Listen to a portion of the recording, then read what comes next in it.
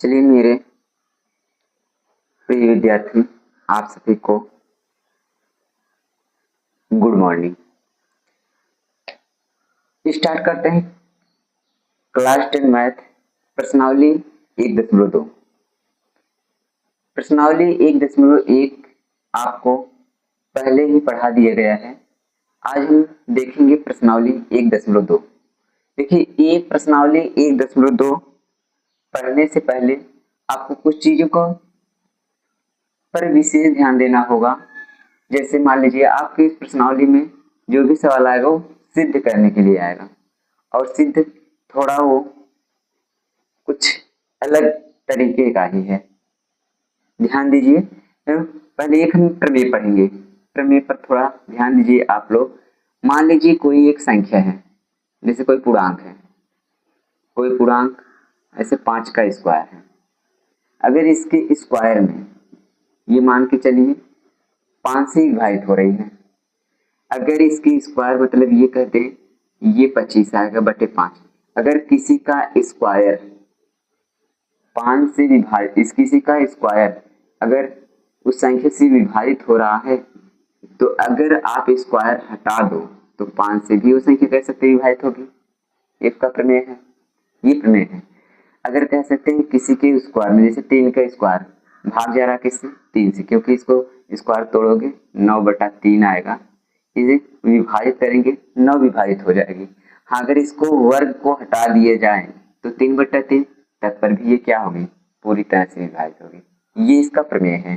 कहने का मतलब किसी संख्या के स्क्वायर में, किसी संख्या के स्क्वायर में अगर वो पूरी तरह से विभाजित हो रही है तो उसके स्क्वायर को अगर हटा दिए जाए तब पर भी वो संख्या क्या होगी, पूरी तरह से विभाजित होगी। ये हम कह सकते हैं। और बात करते हैं इस प्रश्नावली में आपको क्वेश्चन हल करते वक्त एक बात आएगी, इसमें याद आएगी, ध्यान दीजिए। ये सह अभाज्य संख्याएं, सह अभाज्य संख्याएं। अब सह अभाज्य संख्याओं की बात करें, अब जानते हैं आपको बेसिक जो संख्याओं के प्रकार के विषय में बात किए गए, वहां जो बताया गया आपको, वहां सह अभाज्य संख्याएं देखे हैं। सह अभाज्य संख्या मतलब ऐसी दो संख्याएं जिनका HCF, ऐसी दो संख्याएं जिनका HCF कितना होता है भैया, 1 आता है, उसे हम सह अभाज्य संख्या कहते हैं। इसको दूसरे शब्दों में कह सकते हैं, जो सह अभाज्य संख्या होती हैं उसके केवल एक ही गुणनखंड होते हैं। एक के अलावा दूसरा गुणनखंड नहीं होगा। जैसे मान लीजिए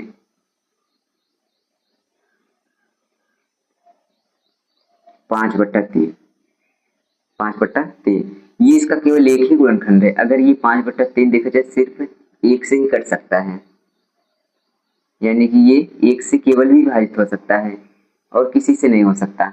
ये हम कह सकते हैं ये सह अभाज्य संख्या कहलाती है, जिसका गुणनखंड केवल 1 होता है, वो सह अभाज्य संख्या कहलाती है। चलिए आते हैं प्रश्नावली पर। प्रश्नावली में क्वेश्चन नंबर 1, इसमें आपसे कहा गया है सिद्ध कीजिए कि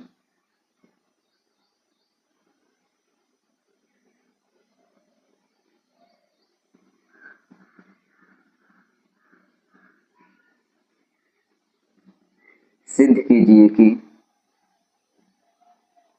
कड़ी 5 एक अपरिमेय संख्या है। ध्यान दीजिए, आपके बोर्ड पेपर में कक्षा 10 के ये मान के चलिए, ऐसे क्वेश्चन तो वो 100% ही आते हैं। इस प्रश्न में, जो इस प्रश्नावली हम पढ़ेंगे, इसमें 2 टाइप के प्रश्न बनेंगे। एक जिसमें आपको कड़ी 2, कड़ी 3, कड़ी 5, कड़ी 7 इस प्रकार की केवल रूट में एक संख्या मिलेगी। उसको हल करने का तरीका यहाँ पर आपको बताएंगे कैसे हल होगा। ऐसे देखिए, कुछ भी हो सकता है। हम कड़ी 5 आपके बुक में है तो कड़ी 5 लिखें, आप कड़ी 2, कड़ी 3, कड़ी 7 कुछ भी ले सकते हैं। कहने मतलब हल करने का तरीका वही रहेगा। हाँ, बस अंक चेंज हो जाएंगे, उससे कोई बहुत बड़ी दिक्कत नहीं है। चलिए अब दूसरे टाइप का जो प्रश्न बनेगा इसमें, जैसे मान लीजिए 3 कैरी 5 हो गया, ये गुणांक के रूप में मिला हुआ है। ये कह सकते हैं 7 प्लस कड़ी 6 हो जाए, उसके बाद 3 प्लस 2 कड़ी प्लस ही नहीं, माइनस भी कर सकते हैं, माइनस 11 हो जाए, कुछ भी हो सकता है। इस प्रकार की संख्या है। ये थोड़ा आपका लेंथी पड़ता है, यानी कि लंबा है ये थोड़ा सा हल करने में, लेकिन ये बहुत थोड़ा सा आसान होता है। ये आसान होता है। पहले हम बात करते हैं इन संख्याओं को कैसे प्रूव करेंगे। देखिए जब भी आपको प्रूव करना है, जब भी आपको प्रूव करना है, आप ये मान के चलेंगे जो दिया जा रहा है उसके विपरीत मानना है। मतलब जैसे यहाँ दिया है, सिद्ध कीजिए कि क्या है, एक अप्रमेय संख्या है। मतलब वो ऐसे भी कड़ी 5 में जानते हैं अप्रमेय संख्या है, क्योंकि इसे p बाई क्यू के रूप में हम नहीं लिख सकते, ये वैसे भी अप्रमेय संख्या कहलाएगी। अब इसी बात को हमें सिद्ध करके दिखाना है। अब इसी बात को सिद्ध करना है तो इसको मान लेते हैं, विपरीत मानना है। माना कड़ी 5 एक परमेय संख्या है, परमेय संख्या है, इसके विपरीत हम मान लेंगे। कोई भी क्वेश्चन रहेगा हमेशा विपरीत ही माना जाएगा। अब ये बताइए, अगर इसे हम परमेय संख्या माने हैं कड़ी 5 को, तो परमेय संख्या को हम जानते हैं p बटे क्यू के रूप में लिख सकते हैं। परमेय संख्या को क्या कर सकते हैं, p बटे क्यू के रूप में लिख सकते हैं, यानी कि कड़ी 5 बराबर p बटा क्यू। और यहां हम ये कह सकते हैं जहां p व q, देखिए p बटा क्यू के स्थान पे x बटे वाई, a बटा b, आप कुछ भी ले सकते हैं। जहां p व q सह अभाज्य संख्याएं, ये माने हैं।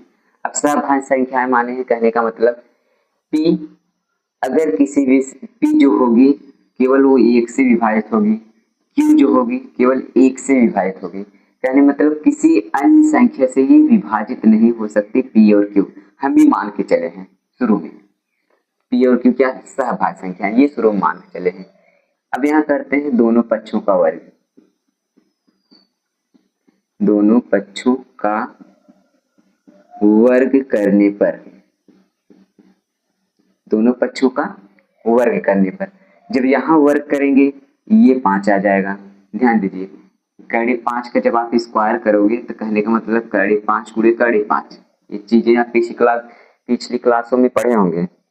तो कड़ी के अंदर जो सेम चीजें हैं अगर इसका गुणा कराते हैं तो केवल 5 आता है, यानी कि इस पर जो वर्ग लगेगा वो 5 आएगा। और यहाँ p का स्क्वायर हो जाएगा बटे ये q का स्क्वायर हो जाएगा। ध्यान दीजिए एक बार हम p को विभाजित करके दिखाएंगे, एक बार q को विभाजित करके दिखाएंगे। वही अगर दोनों विभाजित करके दिखाएंगे तो हमें मान के चलेंगे जो हम माने थे p और q सह अभाज्य संख्याएं हैं वो गलत है, गलत साबित हुई। यानी जो हम मान के चले थे शुरू में परमेय है वो गलत साबित हो जाएगा। अगर जो गलत साबित हुआ सही कौन है भैया, जो प्रश्न में दिया गया है वो सही कहलाएगा। चलिए यहाँ से ये भाग की इधर जाकर क्या करेगा, गुणा करेगा। अगर यहाँ जाएगा गुणा करेगा तो 5 गुणा इधर भाग करेगा, यानी कि हम लिख सकते हैं 5 क्यू स्क्वायर यानी कि p स्क्वायर। अब यहाँ क्यू स्क्वायर बराबर लिख सकते हैं p का स्क्वायर बटे कितना 5। देखिए अभी आपको प्रमेय बता गया, अगर p के स्क्वायर में किसी का स्क्वायर है तो ये विभाजित कर रही है, यानी हम कह सकते हैं, इसलिए हम कह सकते हैं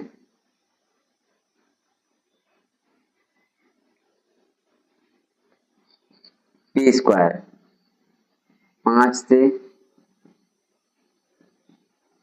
विभाज्य है। क्या भैया, जो p स्क्वायर है यहाँ 5 से विभाज्य है तो p 5 से विभाज्य होगा। अभी आपको ये प्रमेय बता गया, अगर p स्क्वायर 5 से विभाज्य है तो p 5 से विभाज्य होगा। एक क्वेश्चन एक नाम दे दीजिए, छोड़ दीजिए। ध्यान दीजिए अगर मान लीजिए p जो है 5 से विभाज्य होगा, तो मान लेते हैं माना p 5 से जब विभाजित होता है तो कोई कांस्टेंट k आता है, कोई कांस्टेंट आता है। मान लीजिए p एक पूर्णांक माना गया है, पूर्णांक रहेगी, तो जब 5 से विभाजित हो जाएगा तो कोई ना कोई पूर्णांक आएगा ही। जैसे अगर मान लीजिए 10 में अगर 5 से विभाजित हो रहा है, 2 आ रहा है, 2 एक पूर्णांक ही है ना। इस प्रकार p में अगर 5 से भाग दिया जाता है तो पूर्णांक k आता है, जहां हम कह सकते हैं जहां k एक पूर्णांक है, जहां क्या है k एक पूर्णांक कह सकते हैं। चलिए आगे देखिए,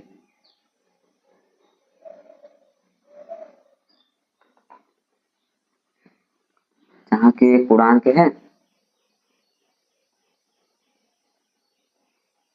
उसके बाद यहाँ ये देखिए 5 जो है क्या है, p के साथ भाग किए तो इधर जाकर क्या करेगा, गुणा करेगा। हम कह सकते हैं p बराबर 5 के, ये कंडीशन है क्योंकि भाग के जाके गुणा करेगा। अब p का इसको मान लीजिए समीकरण नंबर 2, समीकरण नंबर 2 का मान समीकरण नंबर 1 में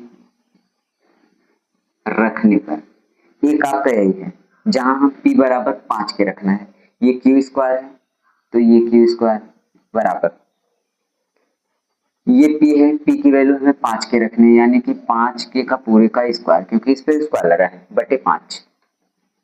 आगे सोल्व करिए इसको, ये क्यू स्क्वायर है बराबर, यहाँ करेंगे तो ये वर्ग टू 25, 5 पचे 25 के स्क्वायर बटे 5 आएगा। अब 5 से 25 कटेगा तो क्यू स्क्वायर बराबर कह सकते हैं 5 के स्क्वायर आएगा।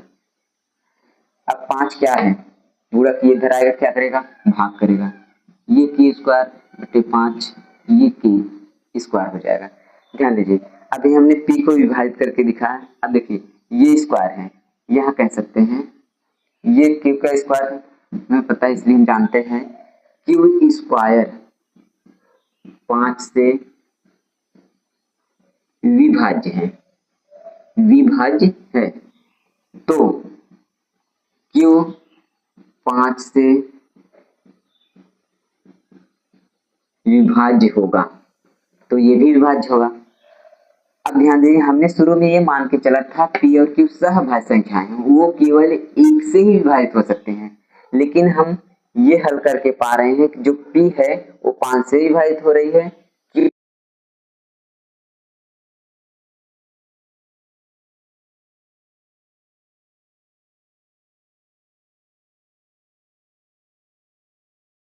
q भी 5 से विभाज्य होगा,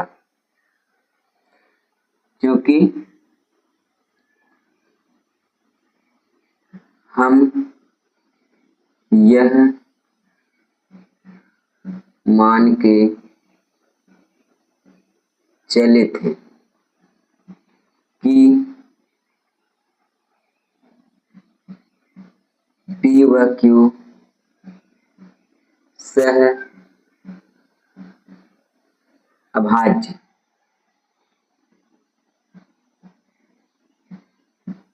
संख्याएं हैं, सहभाज्य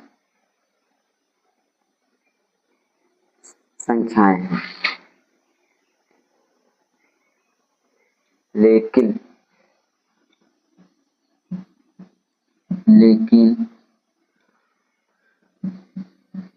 p व q 5 से विभाज्य है।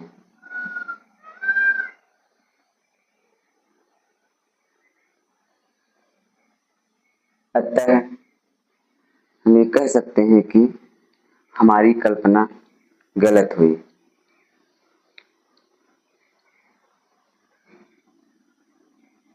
इसलिए अतः हमारी कल्पना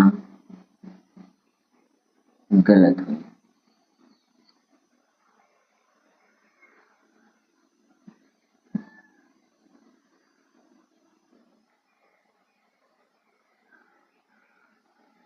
क्योंकि नीचे दिखाई नहीं देगा तो यहाँ ऊपर लिख दे रहे हैं थोड़ा सा, अतः हमारी कल्पना गलत हुई।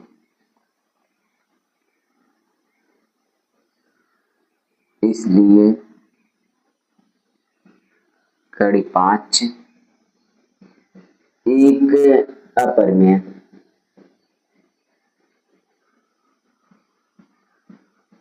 संख्या है।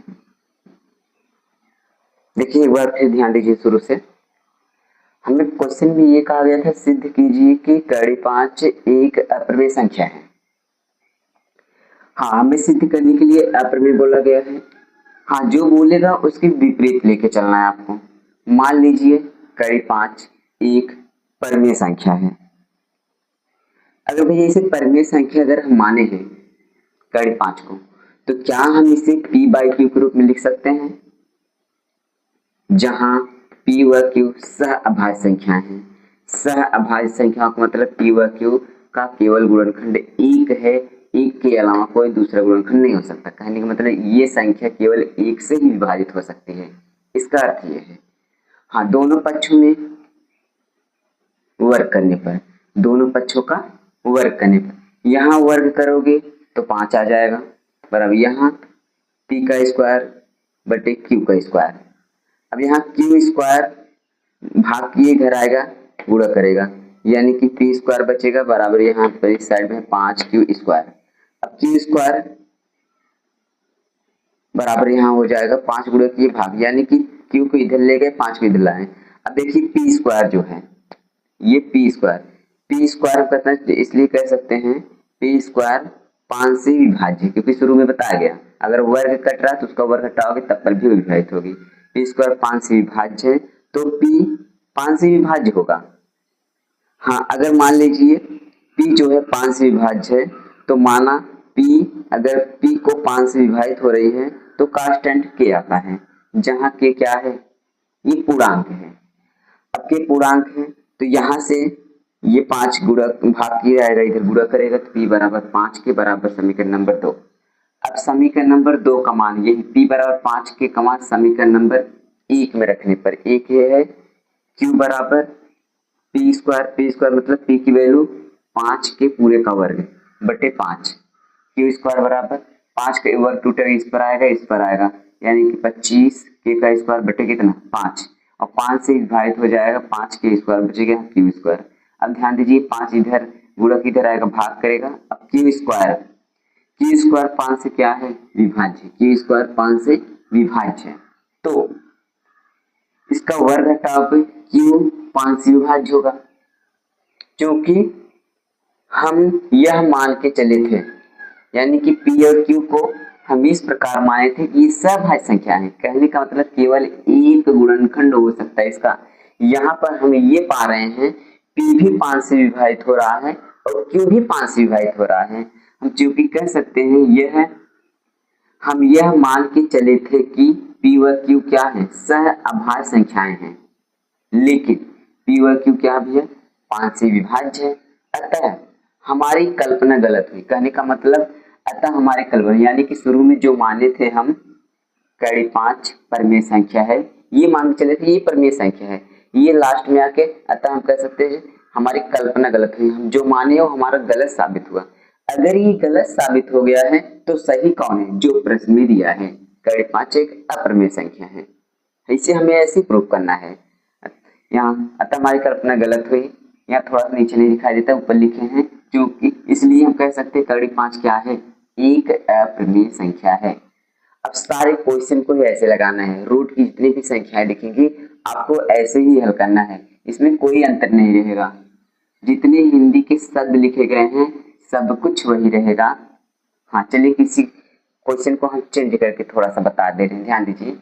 अब मान लीजिए इसको क्वेश्चन नंबर 2 ले रहे हैं, 2, इसको यहाँ कड़ी 5 के स्थान पे कड़ी 2 कर दें। अब आपको कहा गया है सिद्ध कीजिए कि कड़ी 2 एक अपरिमेय संख्या है। अब ध्यान दीजिए सारी चीजें, मान लेते हैं कड़ी 2 क्या है, एक परिमेय संख्या है। मान लीजिए जहां जहां 5 दिखाई देगा वहीं पे 2 रखना है, बस कोई अंतर नहीं है क्वेश्चन में। ये 2 मान लीजिए एक परिमेय संख्या है। अब अगर कड़ी दो को परिमेय संख्या माने हैं तो इसे हम p बटा q के रूप में लिख सकते हैं, यानी कि कड़ी दो हमारा p बटे q के रूप में, जहां p और q क्या है, सह-अभाज्य संख्याएं हैं, केवल एक गुणनखंड होगा। अब दोनों पक्षों का यहाँ वर्क करने पर, यहाँ वर्क करोगे ये 2 आ जाएगा, ये p स्क्वायर q स्क्वायर ऐसे रहेगा, ये भाग के जाके यहाँ गुणा करेगा, यहाँ 2q स्क्वायर बराबर p स्क्वायर बचेगा। अब q स्क्वायर यहाँ बराबर निकालोगे 2, गुणा इधर आएगा भाग करेगा। अब यहाँ समीकरण नंबर 1 मान लीजिए। अब देखिए p स्क्वायर जो है क्या है, 5 से q स्क्वायर जो है 2 से विभाज्य है। अगर वर्ग हटा दिया जाए p भी क्या होगी, 2 से विभाज्य होगा। मान लीजिए p अगर 2 को विभाजित करते हैं तो कोई कांस्टेंट k आता है इस प्रकार। अब ये भाग के जाके गुणा करेगा तो p बराबर यहाँ हो जाएगा 2k, ये समीकरण नंबर 2 मिलेगा। अब समीकरण नंबर 2 का मान समीकरण नंबर 1 में रखिए, ये q बराबर है, यहाँ p की वैल्यू रखनी है 2k, यानी कि 2k का स्क्वायर और बटे कितना है यहाँ पर 2, यानी कि 2। अब इसको हल करोगे, 2 का वर्ग करोगे, ये कितना आ जाएगा आपका 4, और k स्क्वायर भी आएगा, बटे कितना आ जाएगा 2।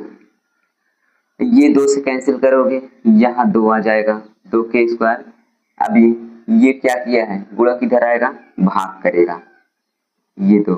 अब q स्क्वायर क्या है, 2 से क्या है, विभाज्य है, हम इसलिए कह सकते हैं q स्क्वायर 2 से क्या है, विभाज्य है। तो q 2 से विभाज्य होगा। अब सारी बातें वही हैं, क्योंकि हम यह मान के चले थे कि p व q सह-अभाज्य संख्याएं हैं, लेकिन p व q 2 से विभाज्य है, अतः हमारी कल्पना गलत हुई। इसलिए कड़ी 2 एक अप्रमेय संख्या है। ध्यान दीजिए, सब कुछ कोई अंतर नहीं है, जहां जहां था वही शब्द हटा दिए हैं। क्वेश्चन आपको एग्जाम में हर हालत में एक जरूर पूछा जाता है, या इस मेथड पे पूछा जाए, या जो शुरू में बताया इसमें 2 टाइप के क्वेश्चन बनते हैं, या उस पर पूछा जाए, एक फिक्स पूछा जाएगा आपसे। चलिए आगे जो पूछा जाएगा उस पर नेक्स्ट क्वेश्चन की बात करते हैं। ध्यान दीजिए, इसको आप लोग प्रिपरेशन जरूर करिए, तभी याद रहेंगे, नहीं तो ये शब्द भूल जाते हैं, लिखना कैसे आपको।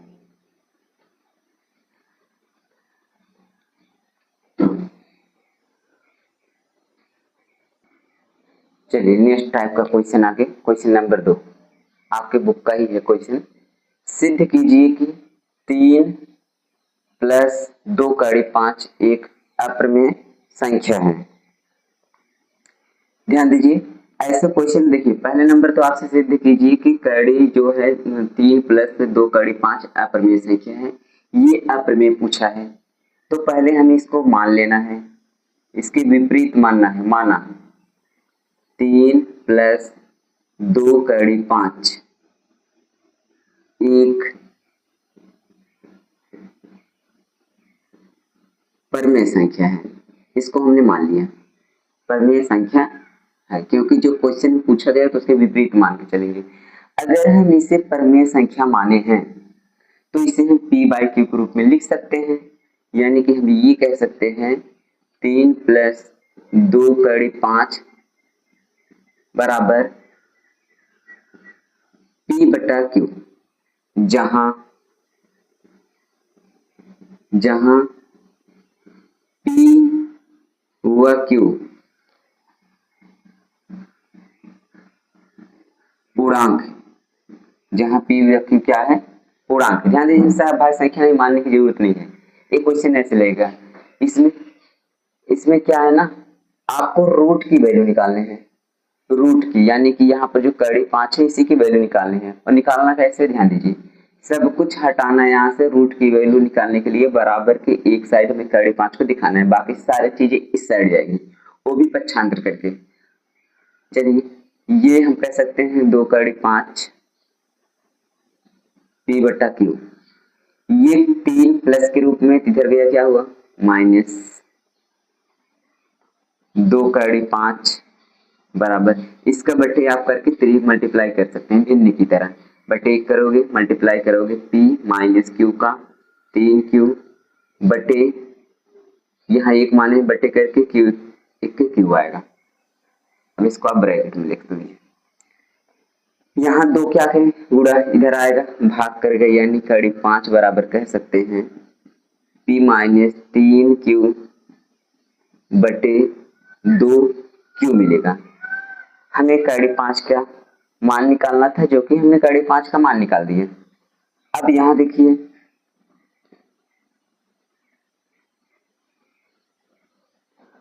p व q क्योंकि p व q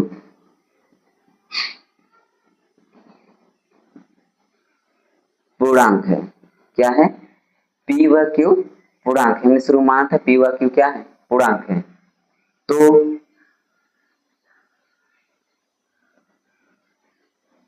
p माइनस 3q बटे 2q भी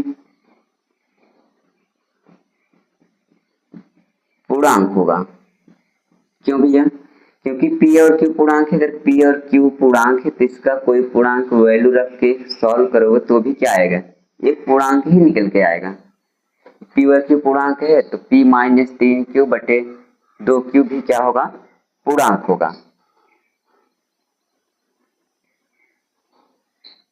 पूर्णांक होगा। यहाँ देखिए आगे, इसलिए अगर वो पूर्णांक है इसलिए तो p माइनस 3q बटे 2q क्या है? ये परिमेय संख्या है। अगर ये पूर्णांक है, पूर्णांक जानते हो 0 से लेकर अनंत तक संख्याएं होती हैं, उसके बाद नेगेटिव होती है, पूर्णांक है तो हम कह सकते हैं अगर ये पूर्णांक बनेगा, मान लीजिए कोई वैल्यू रखने पर इसको 5/7 आ जाए, पूर्णांक रखने के बाद इसको सॉल्व करने पर ये परिमेय संख्या है। अगर ये परिमेय संख्या है 5/7 तो इस पे परिमेय संख्या को तो ये परिमेय संख्या बनेगी। अगर वैल्यू रखे पूर्णांक है तो ये परिमेय संख्या है, परिमेय संख्या है। अगर ये परिमेय संख्या है तो इसके बराबर क्या है? कड़ी 5। तो कड़ी 5 भी परिमेय संख्या होगी, लेकिन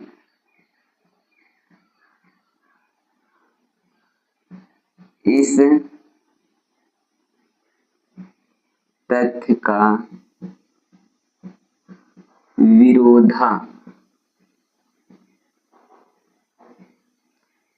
विरोधाभास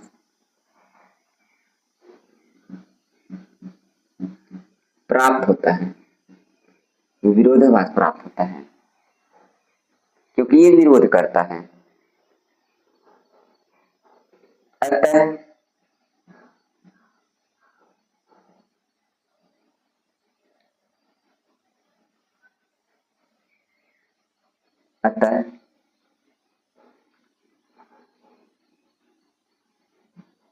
3 + 2 कड़ी 5 एक अपरिमेय संख्या है। देखिए एक बार फिर ध्यान से सिद्ध कीजिए कि 3 + 2 कड़ी 5 एक अपरिमेय संख्या है। अगर ये परिमेय पूछा है तो मान लिए 3 + 2 कड़ी 5 एक परिमेय संख्या, क्योंकि इसको विपरीत मान लीजिए। अगर ये परिमेय संख्या अगर हमने मान ही लिया है तो इसे हम p/q के रूप में लिख सकते हैं, जहां p व q पूर्णांक हैं। अब यहाँ देखिए ऐसे क्वेश्चन रूट निकालना है तो ये प्लस में इधर गया माइनस हो गया, इसका बटे ये करके आप 3 मल्टीप्लाई कर सकते हैं। भिन्न की तरह इसका मल्टीप्लाई करोगे p माइनस q का करोगे 3q, q एक के q आएगा। ये गुणा किए इधर आए भाग करेगा, ये हो जाएगा कड़ी 5 बराबर p माइनस 3q बटे 2q निकल के आएगा। चूंकि p व q क्या है? पूर्णांक है, क्योंकि p व q पूर्णांक माना गया। अगर p व q पूर्णांक है तो इसके स्थान पे p और q का मान रखने पर तो ये भी एक पूर्णांक होगा, क्योंकि हल्के में पूर्णांक होगा। अगर ये पूर्णांक होगा तो ये परिमेय संख्या होगी, यानी मान लीजिए रखने पर 5/7 आ गया, कोई 10 आ गया, 20 आ गया, जो भी आ जाए तो ये परिमेय संख्या है। तो कड़ी 5 भी परिमेय संख्या होगी। लेकिन हम जानते हैं कड़ी 5 क्या है? अपरिमेय संख्या है। कड़ी 5 क्या है? अपरिमेय संख्या है। लेकिन इस तथ्य हमें पता है कड़ी 5 क्या है? अपरिमेय संख्या है, लेकिन इस तथ्य का विरोधाभास प्राप्त होता है, क्योंकि इसका विरोध करता है। इस तथ्य का क्या होता है? विरोधाभास प्राप्त होता है। अतः 3 + 2 कड़ी 5 एक अप्रमेय संख्या है, क्योंकि हम शुरू में ये माने थे कि ये प्रमेय संख्या है। अब प्रमेय है तो हमने हल करके ये पाया ये प्रमेय है, और लेकिन हमें पता भी है कड़ी 5 क्या है, प्रमेय हो नहीं सकती, वो अप्रमेय संख्या होती है। इसी तथ्य का विरोधाभास प्राप्त करता है। ये अप्रमेय है, ये मान के चले थे हमें प्रमेय है, ये हम जानते हैं अप्रमेय संख्या, इसी का विरोध करता है, यानी विरोधाभास प्राप्त होता है। अतः 3 + 2 कड़ी 5 एक अप्रमेय संख्या है। ये क्वेश्चन ऐसे लगाने हैं। अब कुछ भी हो, आप मान लीजिए कोई अंक बदल दिया जाए, यहाँ पर ये 7 + 5 कड़ी माइनस ही लगा दीजिए, कुछ भी लगा, -3 कर दें, इस प्रकार। अब इसमें क्या करना है ना, आपको ये केवल √3 का मान निकालना पड़ेगा। √3 को बाकी इस चीजों को पक्षांतर करके उस साइड ले जाना है। √3 का मान निकाल के सारी हिंदी बातें वही लिखनी है। ये क्वेश्चन पहले की अपेक्षा ये छोटा है थोड़ा। चलिए एक क्वेश्चन आप लगाएंगे, इसमें जो भी क्वेश्चन छूटे हैं आपको इसी प्रकार लगाने हैं। देखेंगे नेक्स्ट क्लास में।